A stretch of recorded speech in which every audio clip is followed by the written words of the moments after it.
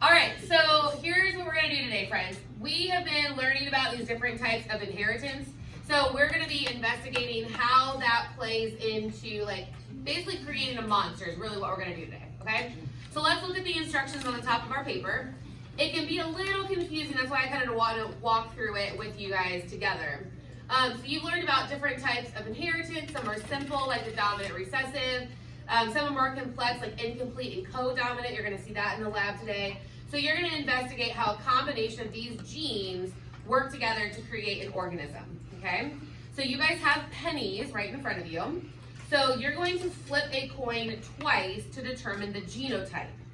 So if you get a heads, that means that it's allele 1. So what I would like for you to do, like on top of allele 1, write heads on the top of allele 1. Because if you flip a heads, that means that you get the allele 1. And then what do you think you're going to write above allele 2? Tails. You're going to write tails above allele 2. So, for example, if you flip 2 heads, then that means that you might have 2 small eyes. If you flipped 2 tails, then that means that you might have 1 large eye or 2 little e's.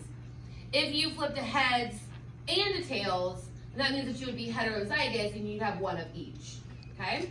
You will see on here that there are some traits that are controlled by incomplete dominance and co-dominant. Remember that blend is in, so it's a blend of the two. Or co-dominant is that they both show through, okay? There is one word on here that we have not yet talked about. So skip about halfway down and find the word regulatory.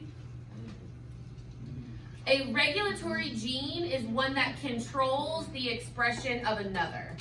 So for example, the regulatory gene for tail, if you have no tail, tail color cannot be expressed because you have no tail. So it controls the expression of other genes. Now those genes are still there, they're still in your DNA, so the monster is still going to have the alleles for tail color, but if it doesn't have a tail, then those genes can't be expressed. So for the procedures, it doesn't really change anything, but in the drawing of your monster, it might, okay? So you're going to use your penny to determine mommy monster's genetics. Mommy monster's on the front, okay? Go ahead and turn to page 2. Page 2 is daddy monster. It might sound a little weird, but everybody has the same daddy monster, okay? So for daddy monster, you're just filling in the table for daddy monster.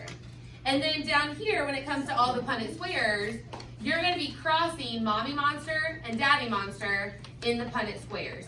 There are certain questions, like it'll ask you, like, what's the probability of having red eyes? What's the probability of having a tail? Yada, yada, yada. And it's probably going to be different for everybody because everybody's mommy monster is different, okay? And then number 3 at the very bottom, it says draw and color one of the monsters. So don't forget to tell me if it's mother, father, or baby. So you, at the very end, the very back side is completely blank. So this is where you're either going to draw mommy, you're going to draw daddy, or you're going to draw baby. If you want to get really creative and draw all 3, go for it. You will probably have time to draw all 3 if you want to. I am very hopeful that you will get this done before the bell rings. So when you get it done, make sure your penny gets back up here, and then make sure you turn it into the tray before you leave. Okay? Time is yours.